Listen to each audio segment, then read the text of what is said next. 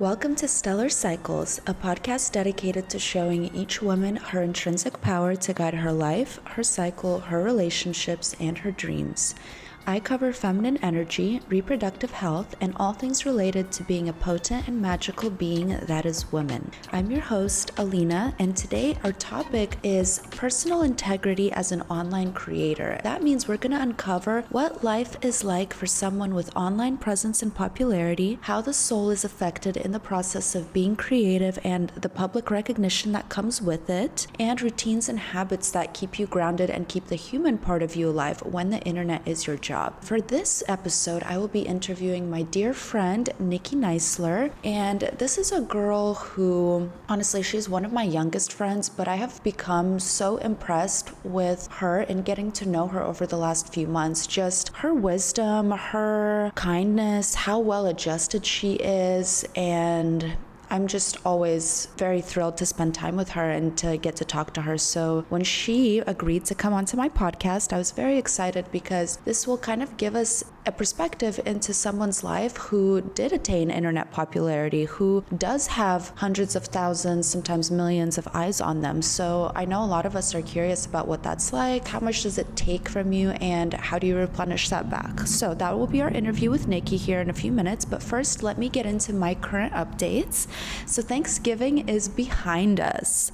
It was kind of pretty low-key this year for me. I spent it with my husband's parents and grandma in Escondido, so just a chill family dinner. Mom made really, really good food.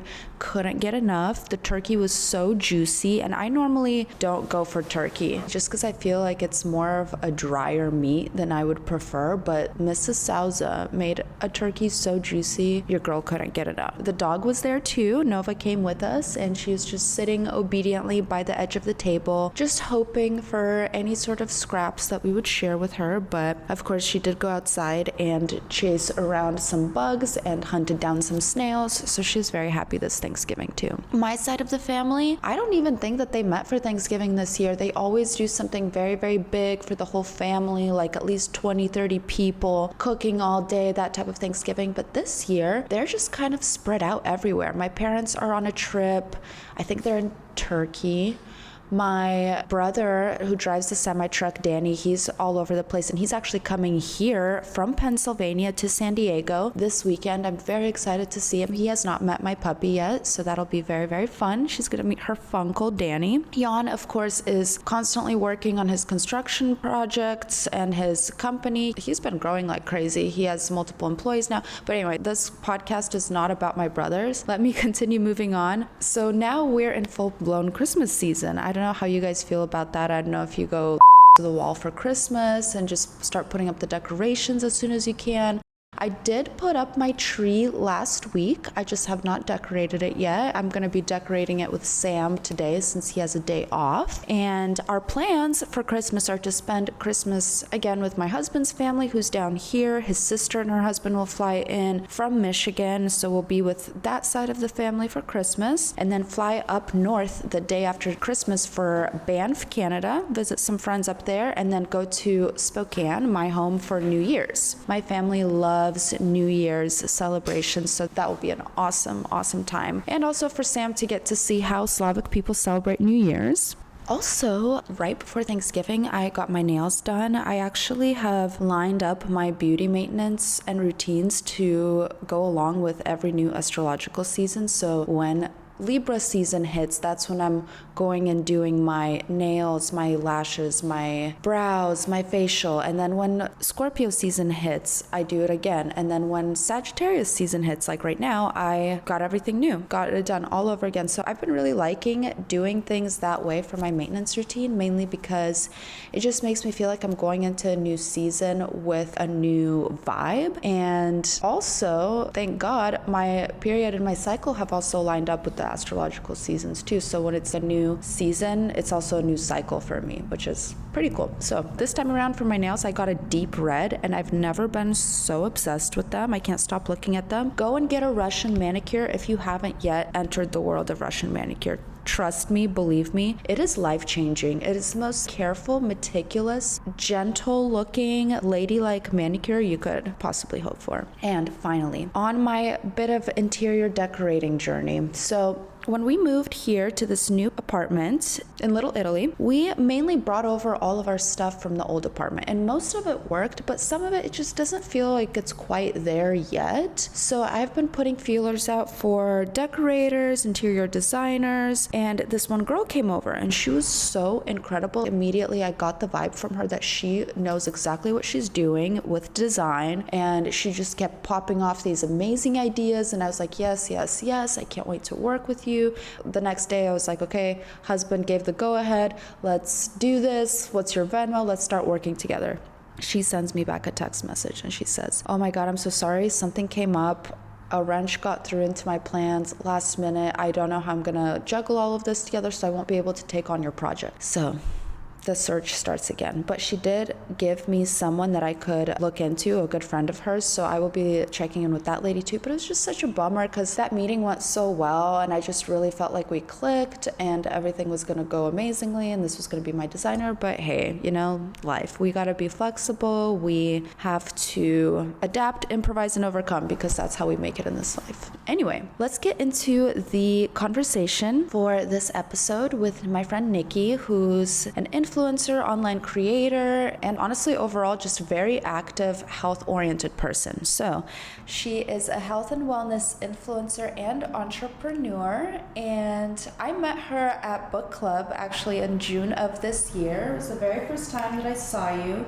I don't think we really got to talking or hanging out much until the end of summer though, kind of at the Italian book club in August, and then in September was when I hung out with you and Alex that one Friday night. And Alex I just had on recently on the podcast, and she was talking about her whole holistic medical school journey, and that was a really, really good episode. But today we're talking about you, Nikki, because you are a creator, you're an online presence, and I think you are going to be a standout interview because you are here to talk about the unspoken side of online content creation, which, you know, there's a ton of things out there already for tips on how to do the numbers and the analytics and the strategies, and then you'll be an online creator. But I think that world can get very robotic, very computer-like, and tends to forget the whole human aspect of being online, totally. You know, and being known by hundreds, sometimes thousands of people, sometimes even millions of people who you would probably never meet all of them in your life, but in some way or another they're consuming your energy on a daily basis, right? And not many people talk about what are good strategies, right? Like we were talking about strategies earlier in the sense of like, oh, this is how you take your analytics from here to there, and this is what it means to be truly successful. But then what about the strategies for taking care of yourself as a whole person, and how to maintain and retain your integrity if you are an online presence and you have tons and tons of eyes on you, you know? So, like I said earlier, we share a few of the same friends, and Nikki is one person that I can talk to for hours, but I'm very glad she came onto the podcast. But do you want to introduce yourself a little bit first before we get into it? Who are you? What do you do on a daily basis? What does your life look like today? Yeah, thank you for having me, Lena. I'm so excited. This is actually my first podcast, and I've always wanted to be on one my whole creator career, so super hyped to be here. I started TikTok back in 2020, and you know, everything was shut down, and TikTok was still kind of a cringe app to have on your phone, but some of us were starting to make a go at it, and I finally caved in, downloaded the app, and I enjoyed making content, and it was fun and exciting, and I had literally nothing else to do, locked away in the house, so it just became a really fun outlet that ended up blowing up, and I stuck with it, and here I am today with 1.6 million on TikTok, and I think we're sitting at like 230K on Instagram. It's been, the content has changed a lot over the years. A big one a lot of people know me for is when I lived in Kansas, and it was farmer TikTok, country girl TikTok. now that I live in San Diego, I moved here a year and a half ago, I've been transitioning into talking about things that I think will have a deep impact on myself and the world, specifically around health and wellness, getting outside, making friends, biohacking. I do some stuff in the ice bath, which is pretty fun, breath work, different stuff. Yes, yeah, and I'm always seeing you doing all of those things, and we will get into our conversation about biohacking, specifically all the things that you love to do. And I was just wondering, did you kind of get good at all of these things kind of all at once? TikTok, being online, retaining attention and virality, or did it come with time? How did that go for you? Did you really have to build up for it? How long did it take you until you started gaining traction? Yeah, so something I don't think I've ever really talked about before is actually back in 7th grade, I was a YouTuber. Yeah. I had, a little YouTube channel. I had a couple of videos up. Same thing, I was really drawn to the creation of it, but just didn't really know what I was doing, but was doing it because I was fun. But unfortunately, got into middle school and someone told me, hey, like even at the other local high schools, they know about your YouTube and everyone says how cringe you are and like how embarrassing it is. And the YouTube career ended there. That sucks. What were you posting about back then in 7th grade? It was so random. It was like, one was jumping in the snow, challenges, yoga challenge. I did one that I never posted that was funny of my friend and I just like making fun of couples. That was really good. And then one I was really like what you do in 7th grade, you know what I mean? Like, right, but just like no one was really a creator. Like, you know, now I think a lot of Gen Zs growing up and you say what do you want to be when you grow up and they all say an influencer, but it wasn't really a thing. Like the pain of that embarrassment, you know, killed my dream there, and it's really sad to look back, but I'm so happy that I ended up, you know, coming back to video content creation, but this time it was TikTok, and this was junior year of high school, you know, so some years went by, like who knows what could have happened, but I'm happy I'm back to it, and that's also why I'm a big advocate of getting other people to follow their content creator dreams and not letting the fear of being perceived or judged hold them back. So to your question of did it take some time, when I started posting on TikTok is just getting, you know, like a couple hundred views or whatever most people get when it's just put out there to the algorithm at first. But I wasn't really trying for anything either. I was just kind of making whatever, like skits. And then one day I made a video about joking because all the gyms were shut down, right? And it was like working out without pre-workout versus working out with pre-workout. And I had a Bang energy drink, and so I did like a little banded leg exercise, and then I leg pressed the mattress because it was working out from home and the gyms were closed. But I guess TikTok was still really new too, and there were not ads and promotions and brand deals. But because I used the drink, I think brands perceived it as an ad, and the video just also did really well. And when it went viral, some brands reached out to me, and I think they thought it was a promotion and were so shocked to see someone with almost no followers getting all of these views and showing a product. And it wasn't really common at that time for there to be ads or promotions or brand deals on TikTok.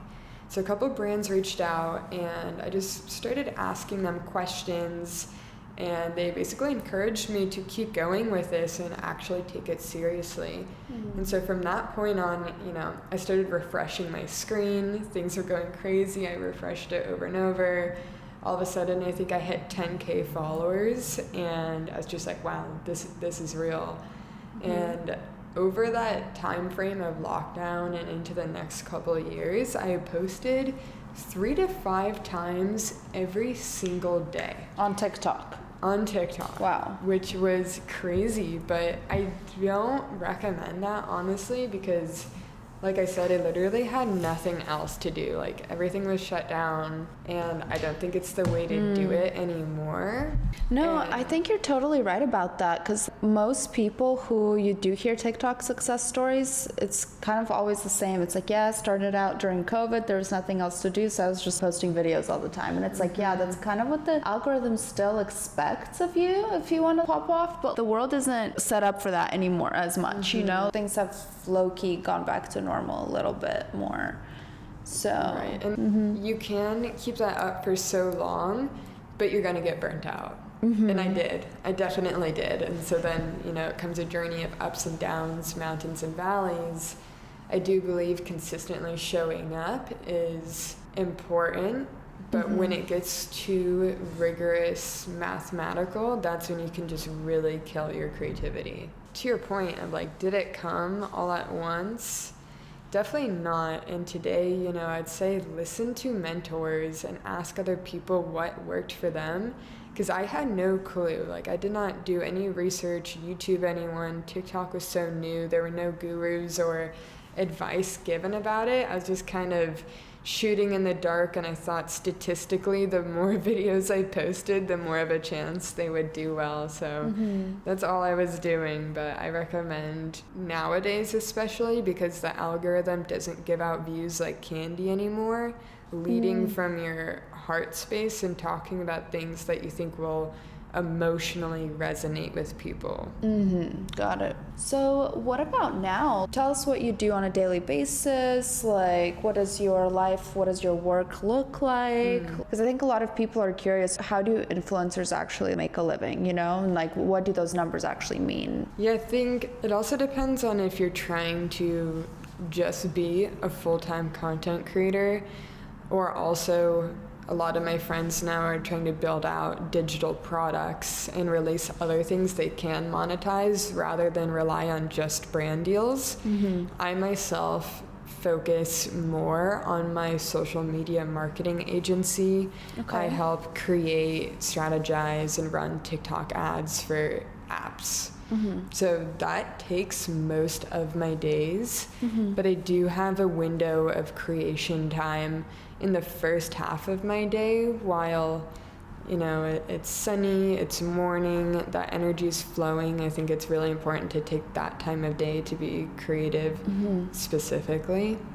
I think it's really not even about the numbers anymore. If you want to become a creator but think you can't make money from it just because you don't have a lot of followers, it's so different now because this new thing is called UGC, user-generated content, and you can have literally no followers and it doesn't matter. You're essentially being hired as an actor if you know how to position yourself on camera, position a product on camera, make it engaging and make people want to buy that product. A brand will pay you to give that to them to put on their social or run as an ad, put it in their email sequences, whatever. Because they know they need to be on social media and they're not hiring, you know, one of their 50-year-old corporate people. They know usually like the younger generation gets it. They know what is going to be engaging. And especially Gen Z doesn't like being directly sold to, right? You don't want it to look like a Facebook ad or a commercial. A TikTok ad, it needs to look like a TikTok itself. So if you have the eye for creation and you have the willingness to pitch a brand and say, hey, look at what I've done and I can do this for you too and I can get results for your company like I did another company, you literally don't need any followers at all. Because it's not about your audience and your following and thinking your following is trustworthy, so like if you recommend something they'll buy it from you. The game's kind of changing now that there's so many influencers. People are trying to be a lot smarter with their money and their allocation. I could see that. I could totally see that and get that vibe. Like, people are definitely like, if they are pushing a product, they're doing it very indirectly. They're using it during their story time, get ready with me or whatever, right?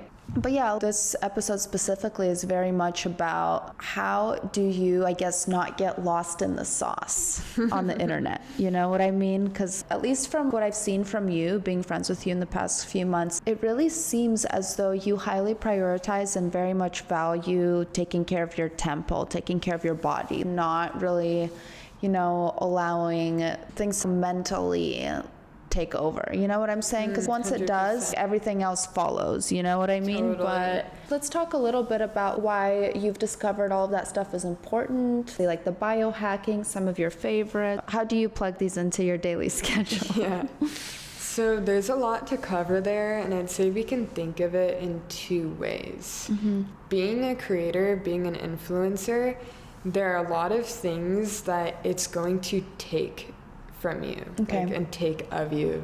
Social media, there's going to be a big drain and a big gain. So I'd say first, draining wise, you know, we were talking about earlier that just being perceived by that many people is crazy. And you know, back in the day, we were perceived by, you know, 10 people, 30 people in our tribe. And if you weren't liked in your tribe, that meant, you know, what is going to happen? Like, I could die and not have any food or any water, any resources. So the same lizard brain fight or flight still exists today of what if I'm canceled? What if people don't like me? Like, I can't take it. Our bodies react and literally put us into fight or flight. So that is a thing of, like, if you do not take time and practices to overcome that, you will just live in a stress response in your body day after day, week after week, if you're trying to do this long term as your career, and that leads to, you know, dis-ease in your body and you know, deterioration of mental health. And I think that's why we see so many people come to fame and rise and fall. People just begin to fall to addiction and self-sabotage because it becomes too much of, you know, oh, you're not relevant anymore. What happened to your views? Like, I haven't seen you in so long. Or another thing that's interesting is people change. Like I said, I moved, you know, from the countryside farm talk to San Diego. And some people will give you the advice of you need to niche down in order to grow and talk about something really specific. But we're multifaceted human beings, and so what happens as we age and we grow and we change and we move and we're interested in different things, but the algorithm only shows us to one kind of person, one kind of audience, and we built ourselves as one brand, right? So I moved here and people are like, go back to the farm, like, what is this kind of content? And it was really discouraging for a really long time, but I had to just do an identity shift and believe, you know, I am Nikki Neisler, I'm a health and wellness creator, I love talking about biohacking and freediving and surfing and all my, like, outdoor health things. You know, and I love this, and that's who I am. And even though, you know, it was my first health and wellness post ever, or it was my third one, and then my fifth one, and it just happens day by day. The more you put it out, the more you become that person, but you just have to, like, already choose to identify with it even before you're there. Like, people say fake it till you make it. I don't really agree with the fake it. I'd say be it until you become it. Yeah, like, just that's already a good point. embody it. Yeah. And also put yourself in those situations that person that you want to be would be experiencing, right? So 100%. Really, so becoming that person, right? You're not faking it. Like, you might not be 100% good at it, or like not necessarily know everything that's going on, but at least you're going and immersing yourself in the experience that you want to have and training your body. Hey, this can become familiar for me, you know? 100%. And I think that also ties back into draining wise and judgment wise. People can say, this isn't you, or I'd say one that kind of got to me sometimes is people would say, oh, she lost her dad. She's going crazy and like searching for anything and, you know, is in a cult now. Or like when I took an emotional intelligence program, and that's what ended up bringing me to San Diego. And people were like, that's a cult. Like, I'm like, I literally just paid for a course to go to for a few months that help me become a better person. It's kind of crazy though, because then like when these people say mean things, of course it's easy to be like, dang, that really sucks, and even question your own self as who you are. But at the same time, we have to remember most of these people who are talking crap are stupid. They're not going and taking an emotional intelligence course or know how to not be mean to someone on the internet, right? And that's just who they are as people. But it eats away at your energy and it's draining, right? To have to read those things. And so this actually leads me into my next question. Do you think that there's something to be said for that many people just simply knowing about you and being able to even at the bottom line, think a negative thing about you, if not go out of their way to say it? Yeah. Do you think that that affects you more than, say, somebody who legit like only knows the 50 people in their village? You know what I mean? Do you think that that affects your humanity, and is that something you have to kind of armor up for by like taking really good care of yourself? Yeah, totally. Connecting that with what we were just talking about and keeping your humanity, I think a big reason why people start to lose their soul as they climb to fame is because we're taught to just cold shoulder it, numb it out. You know, those people don't know what they're talking about. They're just jealous. They have nothing better to do. Like, they're just hate commenting. And it's like, yeah, you know, I can see some truth about that. But I did that for a really long time. And I found myself totally cut off from my emotions, cut off from those people. And, you know, they're supposed to be my audience. They're supposed to be my community. Like, I should be loving to them. And I don't think that cold shouldering them is loving them. So what I like to do instead is just drop little hints and seeds of awareness and love of like, oh, hey, like I totally hear you, you know, with that thing, but this is actually like what I'm seeing or experiencing or doing. And so kind of like acknowledging them and not just coming back like, oh no, like you're wrong, it's this or this way. Because I also used to, you know, never reply and let other people like comment back for me. But I realized usually if I reply and it's something actually coming from the heart, that person will be like, you know, like, you know, sorry. And then I'm like, whoa, you know, I didn't expect that. I thought they would just troll harder. But, you know, maybe that person now becomes a really loyal, like, fan or member of the community and then starts coming back and seeing you differently, right?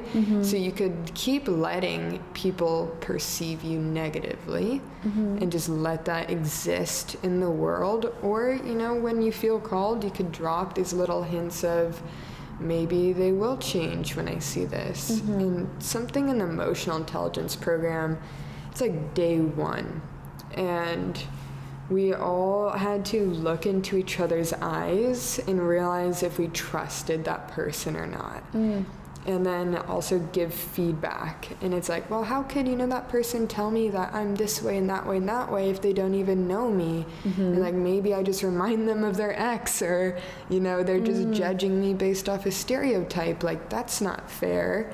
But the counter to that was, there's something in you that you are creating that's giving them that. So how do you take ownership of that and lead and live in such an expansive, you know, loving way that people don't feel called to think mean thoughts at you and judge you? And I'm not saying like everyone's ever gonna stop. It's kind of like asking, you know, for world peace. Like, there's definitely always gonna be people doing their mean things, but I think that if you know, like, you are embodying the best self you can, and you're also, you know, feeling okay with like putting some of that out there too to even the people who are the meanest to you, then you don't really worry about, you know, is someone giving me an evil eye out there? Yeah, okay. I would say something I do struggle with, though, is, have you seen the posts that are like, move in silence? Like, I'm moving in silence. Like, doing the things. Yeah. Like, I totally, I can feel that. And it's like, you don't want to tell people about something before it's really locked down, because what if they start kind of evil eyeing you or draining the energy? But then other people say, document your process and document the journey, because otherwise, if you're like, hey, I'm rich, here are my tips, and people are like, well, I don't relate to that because I didn't see you grow and climb. Yeah, and honestly, like documenting for yourself is different than like documenting but also posting and constantly updating people who haven't really earned the updates. You know what I mean? You can totally document the process, but I think that constantly letting people in on like the information, or especially if it's not out yet, does affect the process of the thing being done. See, this is why I'm so conflicted, because I also feel like people, feel like they grow with you when you document the journey and can relate to you, because I see a lot of, people are like, look at me, I'm up now, and other people are like, well, that's unrealistic because not me, and, I'm this way and this demographic and like born this way, I don't have daddy's money, and it's like, yeah. But if I documented it, would that have been a different outcome? I don't know. Yeah. But that's the thing, is like you can totally document it, but instead of spoon feeding it to people on a daily basis, you could definitely just compile that story and then put it out all as one piece. You know what I mean? When it actually is relevant to the thing that you're going through, and people are like, wait, we want to see what it took for you to get to this point. And then you're like, well, lucky for you, I have, exactly, yeah. But it's like truly, like, I'll give this as an example. It's kind of like watching someone be pregnant on Instagram. If they're really getting into it, it's like every single day there's a bump date, and every day there's a screenshot of like how big is the baby. It's as big as a papaya today. The next day it'll be as big as an eggplant, like it's just like the slow milking and like just the dropping of like having to watch that over an extended period of time. Then you're like, I don't really care, like, cool, is this baby born yet? Are they gonna have it? And then it comes and it's just like not as exciting. But if it's like, boom, all of a sudden someone posts that like, hey, you guys didn't know this, but like, we had a baby, and then everyone's like, wait, we want to see like the pregnancy pictures, like where is everything, I do think there is people are more interested in after the result has been achieved, right? You know what I mean? But it's also hard too, right? Because the laws of like seduction and mystery and allure, right? People are like, wait, what? And then that prompts them to have curiosity and want to know more. So I think there's definitely some magic in that code there that I'm still playing with. Yeah. And probably will be forever. Yeah. So we're going to kind of get into like why, especially from your perspective, why it's so important for creators to take care of themselves. So I kind of want to lead into like your sober, curious lifestyle, and then also your history with your dad, if you're open to talking about that. Because that's another thing that you're kind of known for online, is kind of posting about like, the loss of a family member, your dad, and how hard that was on you. And I even know like one of my friends that I got you in touch with was like, oh, like, yeah, this is what this girl was posting about. I'm going through something similar. I would love to talk to her about that. So yeah, what can you share with us about that side of your life? I would start off by phrasing it as, you need a foundation to come from. If you're looking to be famous, do you already have your mental health, your physical health, your spiritual health in order? Because that is what's most important. Okay. And if you don't already have those in order, when you get to that level of fame and you have all these eyes on you, all these people seeing what you're gonna do next, what's going on with you, who are you being? And then you're also thinking about, what do I talk about to these people? Like, who do I be? How do I present myself? If you don't know who you are, you don't have a relationship with yourself, you don't love yourself, you aren't extremely firm in who you are, what you do, what you stand for, what you care about, when these things come flying at you, they will chip you away and break you down. And it goes back to that fall of celebrities and the fall of famous people. So what I strongly recommend doing, and I think a lot of people don't do these days, is having a time for yourself every single day. I personally recommend the morning, of whether you're journaling or you're meditating or you're just sitting and reflecting or you're literally staring into the mirror for an extended period of time, like just you and thinking about, you know, who am I? How are we feeling? You know, what am I up to right now in life? Like, what do I care about? What could I improve? What am I really grateful for? What am I really good at? Like, why do I love myself? Why do other people love me? You know, is there anything that's blocking me that I haven't processed or healed through? Is there something that's nagging me in the back of my head? Am I mean to myself when I look in the mirror? If you don't have that all like settled and healed through and shadow work done, you're not ready for the big leagues and other people seeing that. So what I do every morning is I have an ice bath from, if you guys are looking for one, Odin ice bath is the most beautiful one I have found. I did a search far and wide from Australia, small business, so beautiful. I don't ice bath every single day, but if I do start with an ice bath or don't, then the next thing after that is stretching in the sunshine, getting that vitamin D, getting the sunlight in my eyes. Vitamin D also literally makes you happy, so making sure you get out there. And I'm someone too that suffered from nightmares most of my life. And so it's really important for me to make sure I shift my emotional state first thing and make sure I'm in the highest energy to create and get after my day. So stretch, before stretching, meditate. So while you're still in those brain waves of sleep and you're not really back to consciousness yet, it's a great time to go within and either, you know, connect with yourself, connect with a higher power, ground into your intentions of what you want to be that day, or just feeling gratitude and love, or just feeling good and peaceful and calm. Are you still in bed when you're meditating? No, I believe personally with my practice that, and this is in Atomic Habits, the book too, that you train yourself to be in states of consciousness in different places. So for me, my bedroom is sleep consciousness. So I go outside and I put out my yoga mat and sit in the same place on the grass every day, because then it trains my body that when I get there, we're going into meditation consciousness. When I get on my bed, I'm falling asleep and going into sleep consciousness.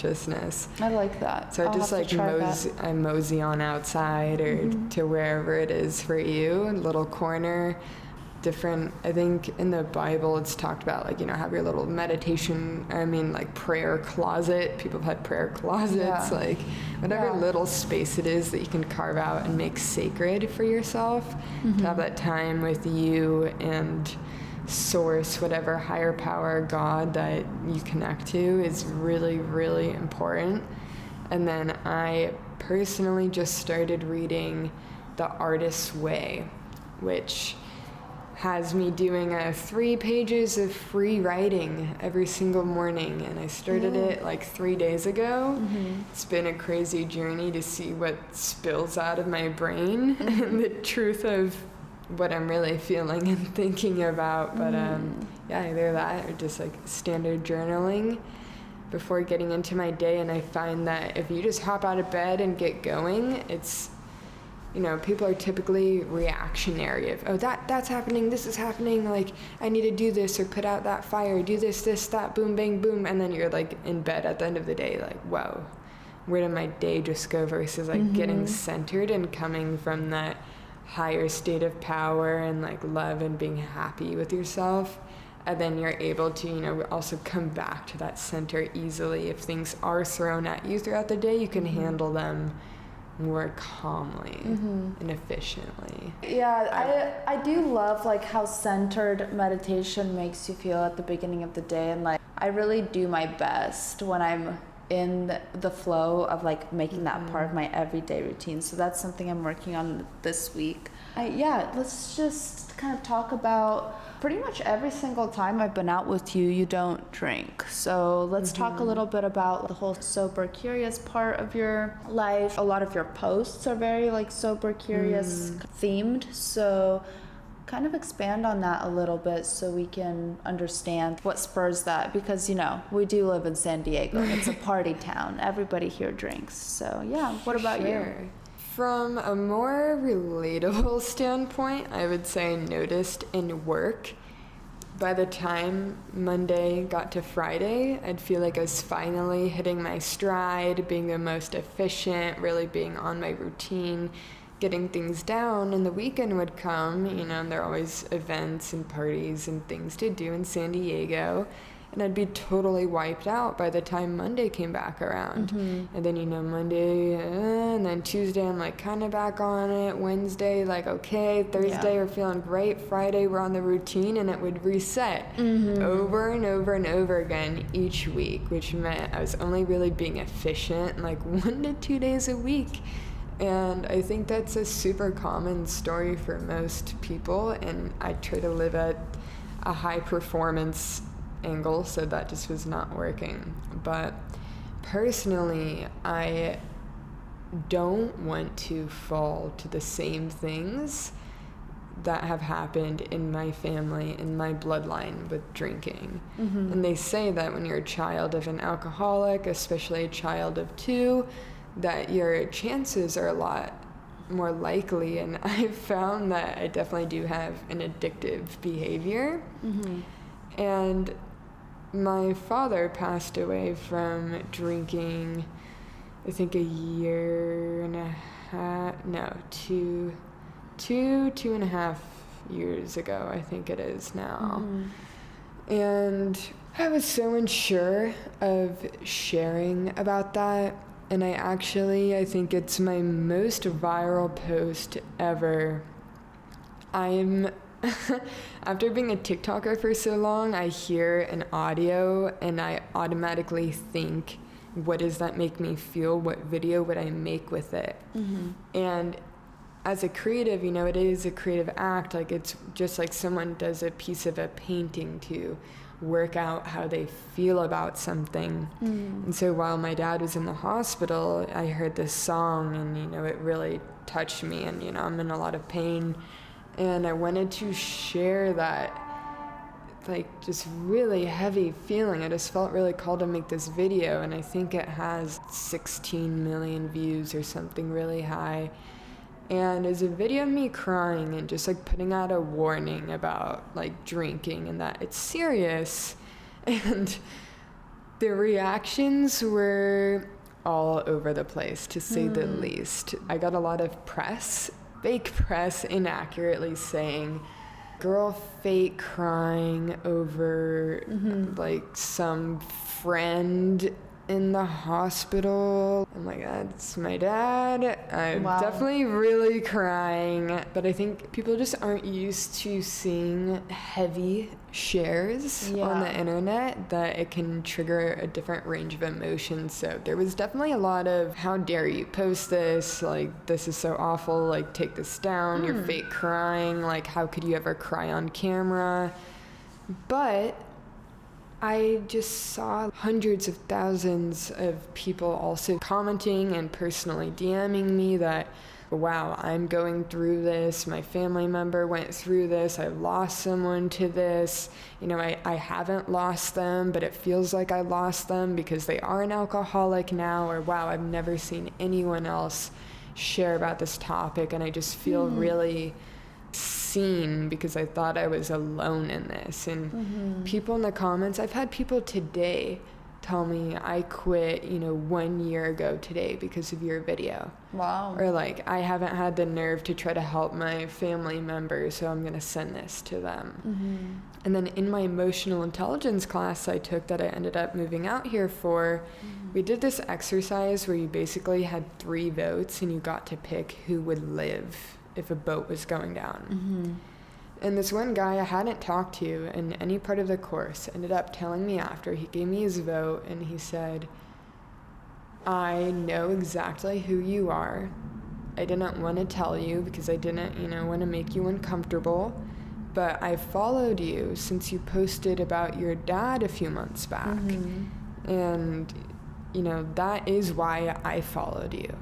Like, that's why I care about your story and what you're sharing. And I think that reality just hit me there of like, wow, this is someone.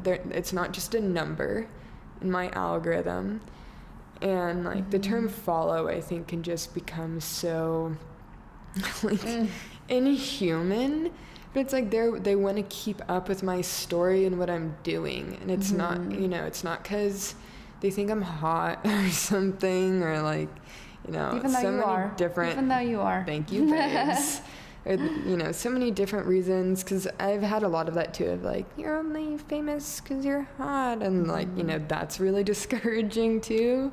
But like, wow, this is a person in front of me saying that like they saw my video and were touched and cared, and also in this really emotionally intense, heavy situation in the class, that they chose that I was someone who would live and like vote with their life to live. So that was really, really emotionally changing, and I felt like I could actually start being vulnerable sometimes on the internet. And so I've gone through phases of definitely not talking about my dad to coming back around and talking about it, and I usually just let it ebb and flow to where like I just made a post the other day because my dad started showing up in my dreams again, and I just felt like, okay, now is the time to talk about it more. And actually a few months ago it was his birthday, and I went for a run, and I hadn't run in so long, and running used to be really my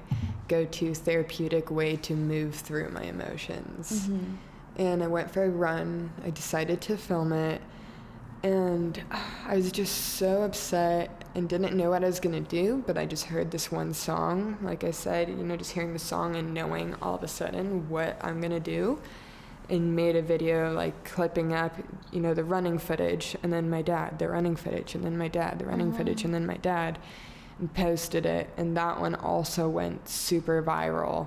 And, this time too, I really decided to stand for something. Like the end, I said, and I won't stop talking about it. And so many people were just like, wow, I never knew, like, the way he looks with liver cirrhosis, and his eyes are yellow and his hands are yellow. Like, I've never seen anyone else share that. Like, that is so painfully detailed to my exact trauma in my life. I think that's why people watch certain movies and read certain books, is just to feel that they're not alone in that. And, that one, it felt really good to move through creatively, and people really resonated with it. Like, so many people reposted it and reshared it to their stories. I always have so many people reach out and DM me about it, but every time I'm scared and I'm like, do I really want to show this side of myself? Does this make me weak? Does this make me like a crybaby? I'm not looking for anyone to feel sorry for me. That is the last thing I'm trying to do. But I think, we talked about having a foundation if you're going to go into social media. And I think an important part of your foundation is knowing, what do you stand for? What is your mission? Because if someone says, take this down, like, why are you doing this? This is awful. I know that if this saves one person, then it was worth it. I love that. I think so many people are, unfortunately, like I actually went on a bit of a rant about this, but so many people are just gaining a lot of internet popularity just by like showing off their designer or like flexing their nice things and really not giving much else aside from that. But their follower count is growing. People just want to see them do more unboxing and this, that, and the other. I highly commend you for coming out and showing like the ugly parts of life, because lo and behold, you didn't know this, but so many other people found it helpful to see that. People who are just going through actually real things. I heard something the other day that said, like, I think 1 in 4 people grow up with an alcoholic.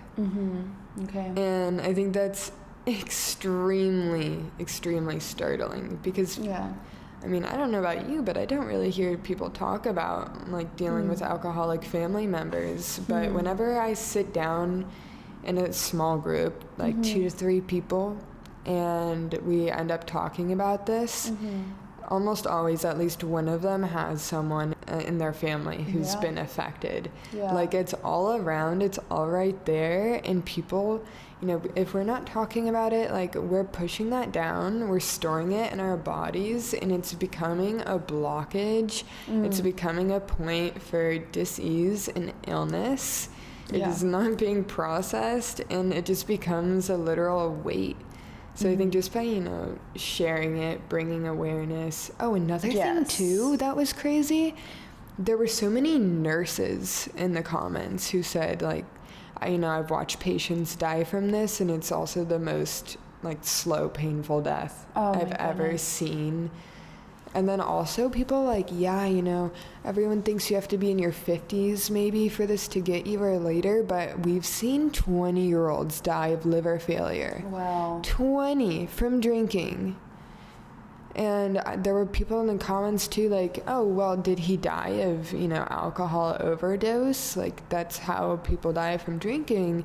And they don't even know that, like, that's not the only way, is to just OD on it, that it's literally slowly killing you over time and deteriorating your organs. It's a neurotoxin. And so even a little drink here and there, like, it adds up. And also, people are like, oh, he must have been drinking handles and handles. Like, I have a beer every day after work, or, I have a couple cold ones every day, and it doesn't mean anything. And it's like, no, 1 beer is equivalent to 1 shot. And so if you're having a few or taking down your own 6-pack or 12-pack or whatever, like every day, or even, people are like, oh, I just drink on the weekends. Like, it gets to you. It does. Like, you meet people who drink versus don't drink, and you can see it in their eyes, you can see it in their skin, in their face, in their activity levels. Confidence too.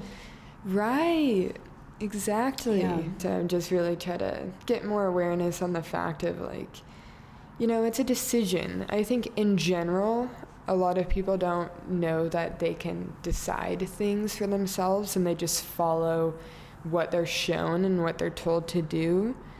And I think this is one of them, that we've just been programmed and conditioned in every movie, every TV show, every commercial, every social media post about how it's fun to party, that, if you're at an event, you get a drink. Like, that's what you do. And so I think that's what the term sober curious really means to me, is, you don't have to come out and say you're going AA full sober. Like, you don't have to commit, but you can be curious about your decision of saying no to it sometimes. Exactly.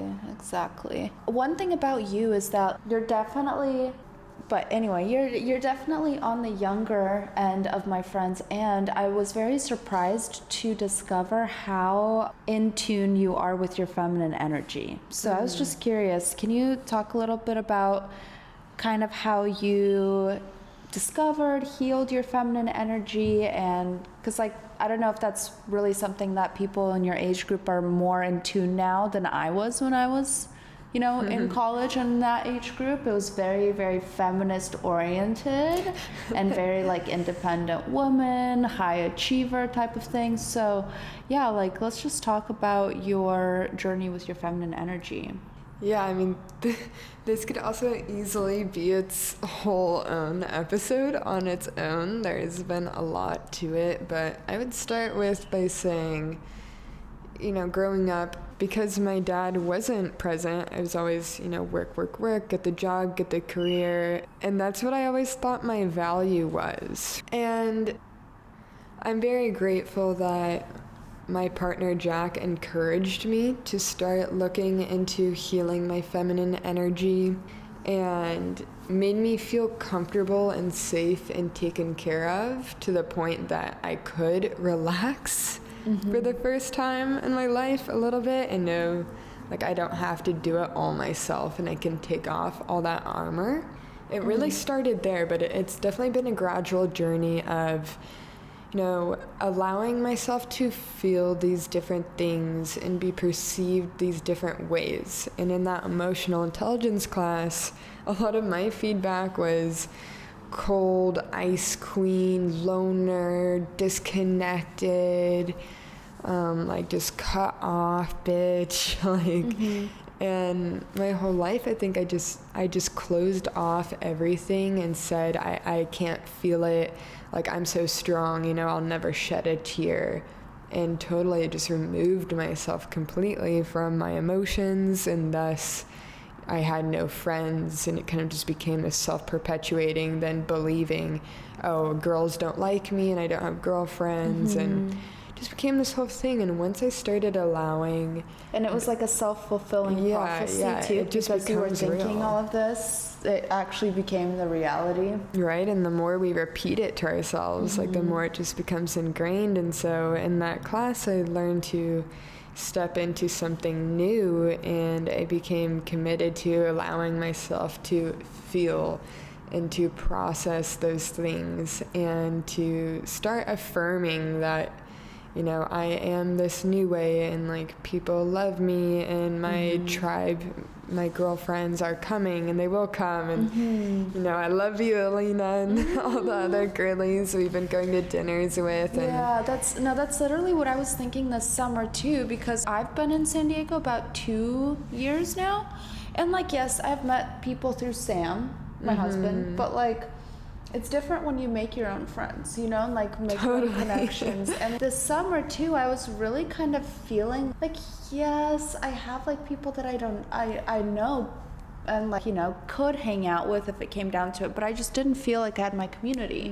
But I had someone tell me that, oh, like, no, like you have a whole new friend group on the way. So I really held on to that for like only a couple months, but I kept writing about it. I'm so grateful. Yeah, manifesting. I was like, I'm so grateful for like my uplifting, creative, funny friend group, and that's truly, and just like feeling the emotions from that, right? Like, and feeling how I would feel around those types of friends. And then, yeah, that's just really how I feel when we get together or we go and do stuff with our friends. And yeah, it's been really, really good. And I know like here you wanted to talk about how, you were an awkward, lonely person for a lot of your life, but now you're finding your girlfriends and things of such nature. I just relate so much.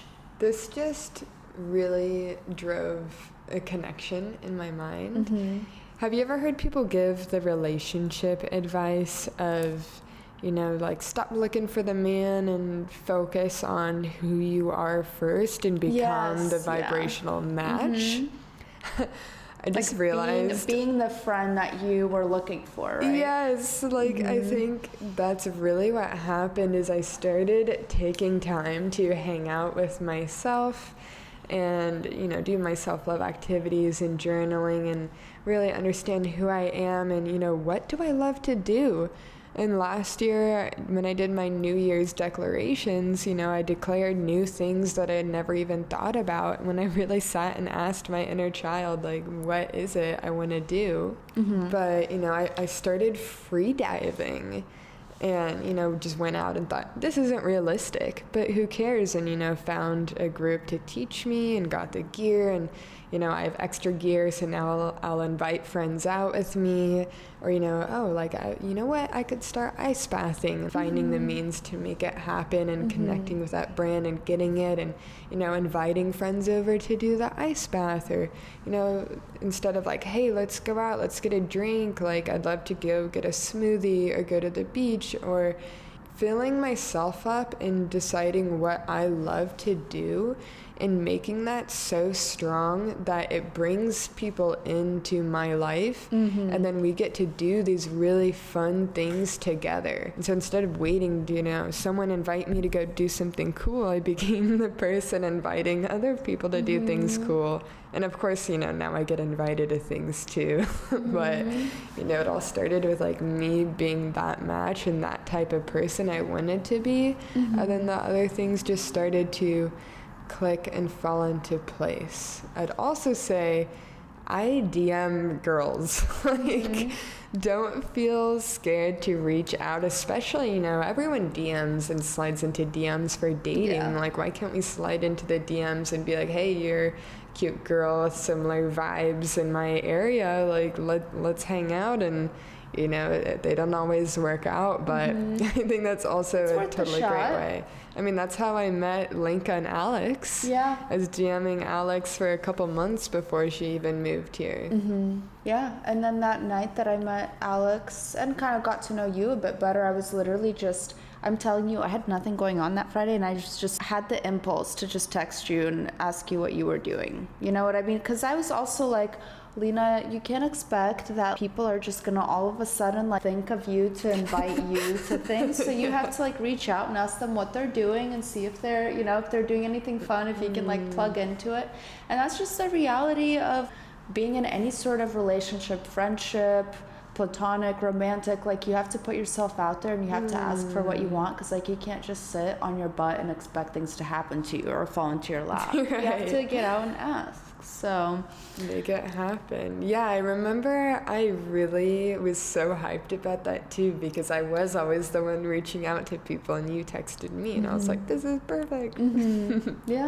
Yeah, no, went great. Is there anything else that you want to talk about with the creator journey, especially like the agency journey, TikTok ads, working with other creators, being a creator, and then also just how does it stretch you to be the best version of yourself? Because I think, online creators, they get a lot of flack for like all the bad things that can happen, from that type of work. But like, let's highlight, how does it actually stretch you and helps you become a better person? Yeah. I'd say first of all, it just really opened so many doors and opened the world. Like in high school, I took every single hard AP class possible, and I was going to be a surgeon because I knew that made the most money I could conceive of. And that, it had to do with helping people, and I did like that, like healing. But looking on that now, I would have been so miserable. Like, I'm so happy I did not end up doing that. And like this way, I get to be creative. Like making videos is so much fun.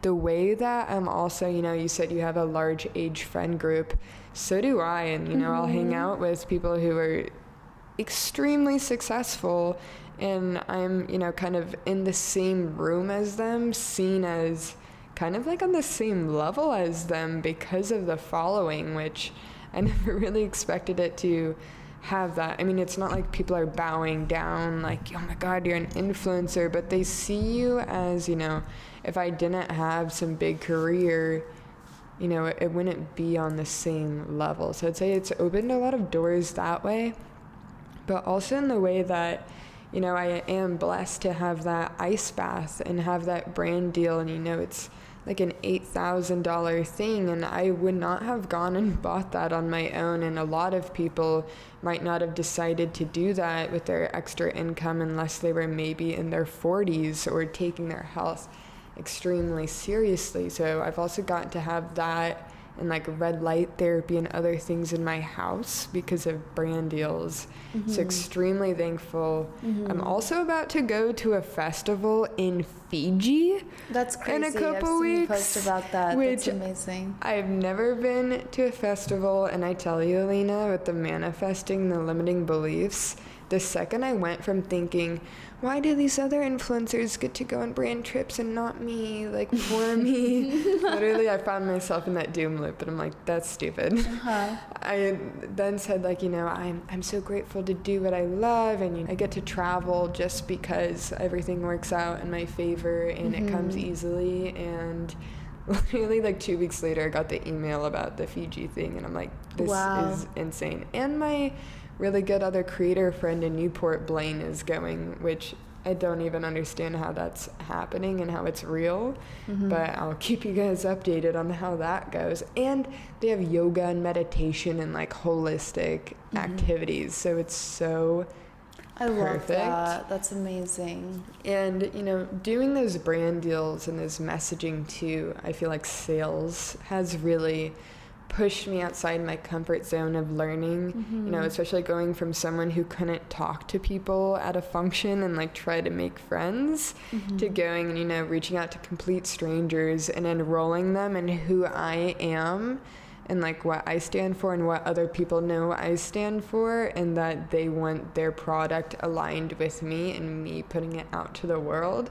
So it takes, you know, the self-love, the speaking, the, you know, complete belief and faith in yourself. Yeah, totally. And I also think that being an online creator also gives you this level of self-awareness that you have to become really comfortable with, that it's not comfortable, right? Like, because you get turned down. Yeah, you get turned no's. down, you get rejected, you also get constant feedback, mostly negative feedback. This is wrong with her hair, this is wrong with her face, you know? But yeah, it just forces you to have this super high level of self-awareness that even, I would say, even with this podcast, you know, I listen to these episodes so that I can know what to work on the next time that I record, you know, and it is nerve-wracking, but at the same time, I think that it just breeds a level of growth that's like really good for you, you know, to have to like look back on your, maybe making a TikTok. You said embrace the cringe, right? Even yes, though people, embrace the cringe. Embrace the cringe. Like, who cares what people are going to say about it? You have to do something cringy because eventually it stops being cringe. Eventually it stops being cringe. And I feel like the cringe is just that part of people that there's a secret, you know, their inner artist is, you know, probably jealous that they're not, you know, expressing their creativity in whatever way it is. That's a good way to put it. So you have to let the cringe be felt. I mean, I'll tell you how many people talked shit on my TikTok until the follower count really started going up, and then it was, how do I do that? Right. Then it starts speaking for itself. Wow.